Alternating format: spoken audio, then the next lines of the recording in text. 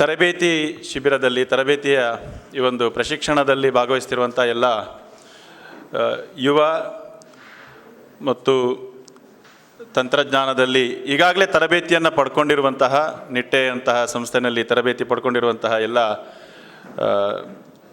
ಸ್ನೇಹಿತರೆ, ಈಗಾಗಲೇ ಶ್ರೀಯುತ ಅಶೋಕ್ ಕುಮಾರ್ ಶೆಟ್ಟರು ತುಂಬ ಸುಂದರವಾಗಿ ಕಾರ್ಯಕ್ರಮದ ಬಗ್ಗೆ ಹೇಳಿದರು. ಇದು ಬರೀ ಇವತ್ತಿನ ಕಾರ್ಯಕ್ರಮ ಅಲ್ಲ, ಇವತ್ತು ಪ್ರಾರಂಭ ಆಗಿ ಇವತ್ತು ಮುಗಿಯುವಂಥದ್ದಲ್ಲ. ನಿರಂತರವಾಗಿ ಈ ಒಂದು ಕಾರ್ಯಾಗಾರವನ್ನು ಈ ಒಂದು ಸಂಸ್ಥೆಯಲ್ಲಿ ಮಾಡ್ಕೊಂಡು ಬಂದಿದ್ದಾರೆ. ನನಗೆ ಪ್ರಾರಂಭದಲ್ಲಿ ಅವರು ಕರಿಬೇಕಾದ್ರೆ ಹೇಳಿದರು ಈ ಸಂಸ್ಥೆ ಬಗ್ಗೆ. ನನಗೆ ಇದು ಎಂಥ ಸಂಸ್ಥೆ ಅಂತ ಗೊತ್ತಾಗಲಿಲ್ಲ. ನಂತರ ಇದರ ಒಂದು ಆಮಂತ್ರಣವನ್ನು ನೋಡಿದಾಗಲೂ ಕೂಡ ಭಾಳ ಆಶ್ಚರ್ಯ ಆಯಿತು. ಇದು ಉಡುಪಿ ಗ್ರಾಮೀಣ ಬಂಟರ ಸಂಘದ ಸಭಾಭವನ ನಿರ್ಮಾಣ ಸಮಿತಿ. ಅಂದರೆ ಈ ಸಮಿತಿ ಇರೋದು ಒಂದು ಸಭಾಭವನ ನಿರ್ಮಾಣ ಮಾಡಲಿಕ್ಕೆ.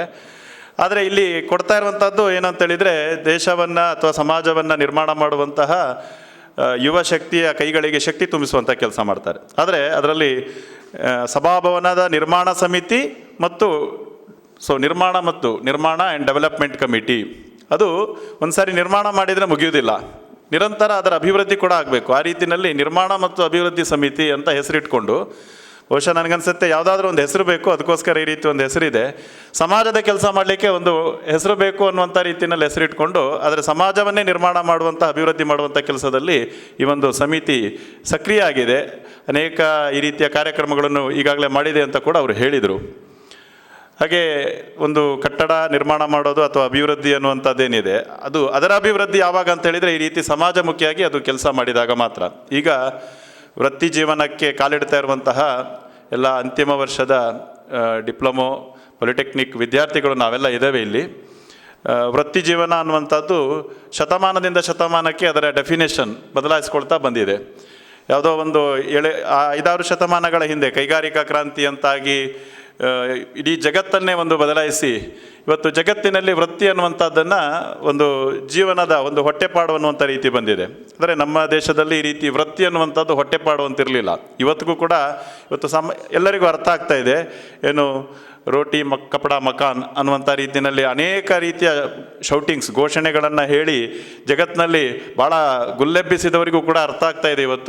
ಇವತ್ತು ಜೀವನದ ಒಂದು ಭಾಗ ಇದು, ಕೇವಲ ಹೊಟ್ಟೆ ತುಂಬುವಂಥದ್ದು ಮಾತ್ರ ಅಲ್ಲ, ಜೀವನದ ಒಂದು ಭಾಗ. ಹಾಗಾಗಿ ಈ ವೃತ್ತಿ ಅಥವಾ ಈ ವೃತ್ತಿ ಜೀವನ ಅನ್ನುವಂಥದ್ದು ನಮ್ಮ ಕೇವಲ ಒಂದು ಬದುಕನ್ನು ನಡೆಸಲಿಕ್ಕೆ ಬೇಕಾದಂಥ ಒಂದು ಆಯಾಮ ಮಾತ್ರ ಅಲ್ಲದೆ ಇಡೀ ನಮ್ಮ ಬದುಕನ್ನು ರೂಪಿಸುವಂಥ ಒಂದು ಭಾಗ. ಹಾಗಾಗಿ ಇದರಲ್ಲಿ ಸ್ಕಿಲ್ ಡೆವಲಪ್ಮೆಂಟ್ ಅಥವಾ ಒಂದು ಕೌಶಲ್ಯವನ್ನು ವೃದ್ಧಿಪಡಿಸುವಂತಹ ಕಾರ್ಯಕ್ರಮಕ್ಕೆ ಇಲ್ಲಿನ ಕಮಿಟಿನವರು, ಇಲ್ಲಿನ ಸಮಿತಿನವರು ಕೈ ಹಾಕಿದ್ದಾರೆ.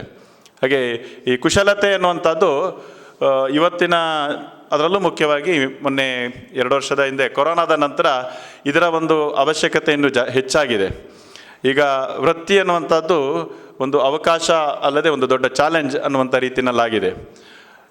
ಆ ಸಂದರ್ಭದಲ್ಲಿ ಇದರ ಸ್ಕಿಲ್ ಡೆವಲಪ್ಮೆಂಟ್, ಕುಶಲತೆ, ಸಾಮಾನ್ಯವಾಗಿ ಈ ಕೆಲಸದಲ್ಲಿ ಒಂದು ಕುಶಲತೆಯನ್ನು ಕಾಣುವಂಥದ್ದು ಸ್ಕಿಲ್ ಡೆವಲಪ್ಮೆಂಟ್ ಅನ್ನುವಂಥದ್ದೇನಿದೆ, ಯೋಗ ಕರ್ಮಸು ಕೌಶಲಂ ಅಂತ ಹೇಳ್ತಾರೆ. ಅಂದರೆ ಕರ್ಮದಲ್ಲಿಯೇ ಕುಶಲತೆ ಅನ್ನುವಂಥದ್ದು ದೊಡ್ಡ ಯೋಗ ಅಂತ.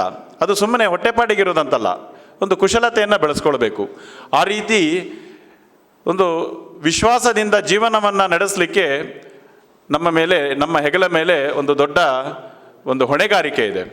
ನಾವೆಲ್ಲ ಈ ವಯಸ್ಸು ಅಂತ ಹೇಳಿದರೆ 20-22ನೇ ವಯಸ್ಸಿನಲ್ಲಿ ಒಂದು ಸಮಾಜದ ಮುಂದಿನ ದೇಶದ ಭಾರತದ ಒಂದು ಭವಿಷ್ಯವನ್ನು ನಿರ್ಮಾಣ ಮಾಡುವವರು ಈ ಸಂದರ್ಭದಲ್ಲಿ ನಮ್ಮ ಭವಿಷ್ಯವನ್ನು ಕೂಡ ನಿರ್ಮಾಣ ಮಾಡ್ಕೊಳ್ಬೇಕಾದಂಥ ಹಂತದಲ್ಲಿದ್ದೇವೆ. ಇಂಥ ಸಂದರ್ಭದಲ್ಲಿ ನಾವು ಯಾವುದೋ ಮೆಕ್ಯಾನಿಕಲ್ಲು ಅಥವಾ ಎಲೆಕ್ಟ್ರಿಕಲ್ಲು ಈ ರೀತಿಯ ಇಂಜಿನಿಯರಿಂಗ್ ವಿಂಗ್ನಲ್ಲಿ ನಾವೊಂದಿಷ್ಟು ಕ್ಲಾಸ್ ರೂಮ್ನ ಒಳಗಿನ ತರಬೇತಿಯನ್ನು ಪಡ್ಕೊಂಡಿದ್ದೇವೆ. ಇನ್ನು ಹೊರ ಜಗತ್ತಿನಲ್ಲಿ ನಮ್ಮ ಜೀವನದಲ್ಲಿ ಅದನ್ನು ರೂಢಿಸಿಕೊಳ್ಳುವಂಥ ರೀತಿಯಲ್ಲಿ ಈ ಒಂದು ವಿಶ್ವಾಸ ಗಳಿಸಬೇಕಾದಂಥ ಅವಶ್ಯಕತೆ ಇದೆ.